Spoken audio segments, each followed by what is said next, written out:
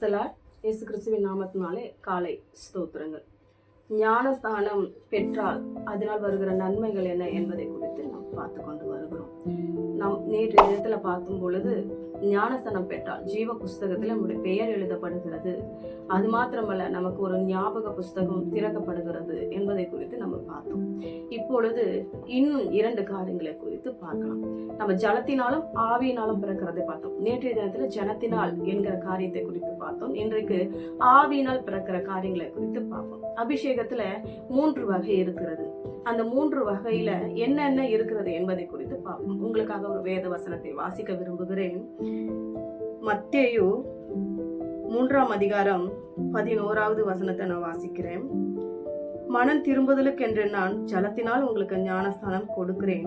கீழே பாதியில பாருங்க, அவர் பசுத்த ஆவியினாலும் அக்னியினாலும் உங்களுக்கு ஞானஸ்தானம் கொடுப்பார். அவர் என்பது யார்? இயேசு கிறிஸ்துவான. யோவான் கொடுத்தது ஜலத்தினாலே மனம் திரும்புதலுக்கு என்று நம்ம பார்க்கிறோம். பரிசுத்த ஆவியினாலும் அக்னியினாலும் ஞானஸ்தானம் கொடுக்கிறவர் இயேசு கிறிஸ்து. அவர் தான் நம்மளை அபிஷேகத்துல நிரப்ப வல்லவராயிருக்கார். அபிஷேகத்துல 3 வகை இருக்கிறது. ஒன்று, ஒரு மனிதனை ஊழியத்துக்காக அழைப்பதற்காக செய்கிற காரியம்தான் அபிஷேக தைலத்தை கொண்டு வந்து அவன் தலையின் மேல வைத்து அவனை பிரதிஷ்டை பண்ணி தேவனுக்கு ஆசாரியனாக ஒரு ஊழியனாக ஏற்படுத்துவது ஒரு அபிஷேகம். அது தாவீதுக்கு வேதாகமத்தில் செய்யப்பட்டிருக்கிறதை நம்ம இப்பொழுது பார்க்கலாம். 1 சாமுவேலின் புத்தகம் 16ஆம் அதிகாரம் 12-13 வசனங்களிலே நீங்கள் வாசித்து பார்ப்பீர்களானால், சவுல் ஃபர்ஸ்ட் அங்க தேவனால அபிஷேகம் பண்ணப்பட்டு ராஜாவாக ஏற்படுத்தப்பட்டு அது தேவனுக்கு விசனமாய் காணப்பட்டபடினாலே சாமுவேலை கொண்டு தாவீதை அபிஷேகம் பண்ணும்படி அனுப்பி வைக்கிறார். அந்த இடத்துலயே அவங்க வீட்டிற்கு போய் அத்தனை பிள்ளைகளையும் பார்த்துவிட்டு கடைசியாக தாவீது வரும்பொழுது தேவனாகிய கர்த்தர் சொல்லுகிறார், நீ அவனோட சரீரத்தையும் உருவத்தையும் நீ பார்க்க வேண்டாம், இவன் எழுந்து நீ அபிஷேகம் பண்ணு எழுந்து கர்த்தர் சொல்லுகிறார். சாமுவேல் இடத்துல அவர் எழுந்து தைல குப்பி அவன் தலையின் மேல ஊற்றி அபிஷேகம் பண்ணி ராஜாவாக அபிஷேகம் பண்ணுகிறத நம்ம பார்க்கிறோம். இது ஒரு விதமான அபிஷேகம்.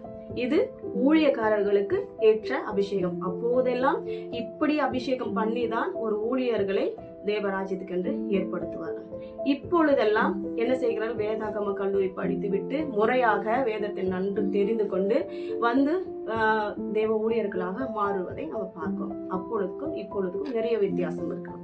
இன்னொரு ஞானஸ்தானம் நம்ம இதுல வாசித்தோம், பரிசுத்த ஆவியினால்.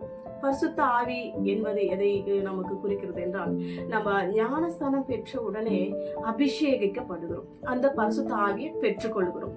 பரிசுத்த ஆவியை பெற்றுக்கொள்ளும் போது என்ன நடக்கிறதுங்க? நமக்குள்ளே ஒரு அந்நிய பாஷையின் வரம் கிடைக்கிறது. இந்த அந்நிய பாஷை எதுக்கு உதவுகிறது? நம் தேவனோடு பேசுவதற்கு, தேவனோடு நமக்கும் உள்ள ஆண்டவருக்கும் உள்ள உறவை முக்கியப்படுத்துவதற்கு அது மிகவும் பிரயோஜனமா இருக்கிறது. அந்நிய பாஷை மிகவும் முக்கியமானது. அடுத்தது பாத்தீங்கன்னா, அக்னினாலும் ஒரு தேவ ஊழியர் என்ன செய்தாரா, அவர் ஒரு ஊருக்கு ஒரு கன்வென்ஷன் மீட்டிங்காக அழைக்கப்பட்டு இருந்தார். அங்க போகும் பொழுது அக்னி அபிஷேகத்தில் நிரம்பி மிகவும் அதிகமா அநேகருக்காக விடுதலை, அநேகருக்காக அபிஷேகத்தை, அநேகருக்காக அநேக காரியங்களை கொண்டு பேசி ஊழியம் செய்து விட்டு திரும்பி வரும் பொழுது அந்த அக்னி அபிஷேகம் இறங்கியும் அவர் உடலில் காணப்படுகிற அந்த எரிச்சல் நிற்கவே இல்லையா. உடனே அவர் என்ன செய்தாராம்? டிரைவரிடம், தயவு செய்து ஒரு ஓரமாக நிறுத்துங்கள், நான் குளிக்க வேண்டும் என்று சொன்னாராம். பார்க்கும்போது அந்த இடத்துல பிரிட்ஜுக்கு கீழே ஒரு ஆறு ஓடிக்கொண்டு இருந்ததாம். போய் தண்ணியில இறங்கி யூனிஃபார்மோட போய் இறங்கி அந்த வெண்ணுடையோட போய் இறங்கி தண்ணியில உட்கார்ந்து சொன்னாராம், அக்னி அபிஷேகம் வேண்டும் என்று வாஞ்சியோடு பெற்றுக்கொண்டேன். இன்றைக்கு என் உடல் எரிகிறதே, இது தாங்கக்கூடாத ஒரு அனல் மூட்டுதலுக்கு ஏதுவான காரியமா இருக்கிறது. இதை பெற்றுக்கொள்ளுகிறவர்கள் நிச்சயமாக மிகவும் வல்லமையாக இருக்க வேண்டும் போல என்று நினைத்து அந்த தண்ணீரில் உட்கார்ந்து யோசித்து கொண்டு இருந்தாராம். நம்ம நேற்றைய தினத்துல பார்க்கறதுக்கு போலவே இன்றைய தினத்திலும் அபிஷேகம் என்பது 3 வகை. இதுல நிறைய பேரு அபிஷேகம் பெறாதவர்களா இருக்கிறீங்க. இன்றைய தினத்தில் நீங்க யோசிக்க வேண்டும், அபிஷேகமும் இருந்தால் மட்டும்தான் பரலோக ராஜ்யத்துக்குள்ள போக முடியும். அபிஷேகம் முக்கியமானது எதற்கு? நாம் தேவனோடு உறவாடுவதற்கு. எனவே ஞானஸ்தானம் மட்டும் முக்கியமல்ல, அபிஷேகமும் முக்கியம். ஆகினால இதற்கு முக்கியத்துவம் கொடுங்கள், இதை பெற்றுக்கொள்ள வாஞ்சியுங்கள்.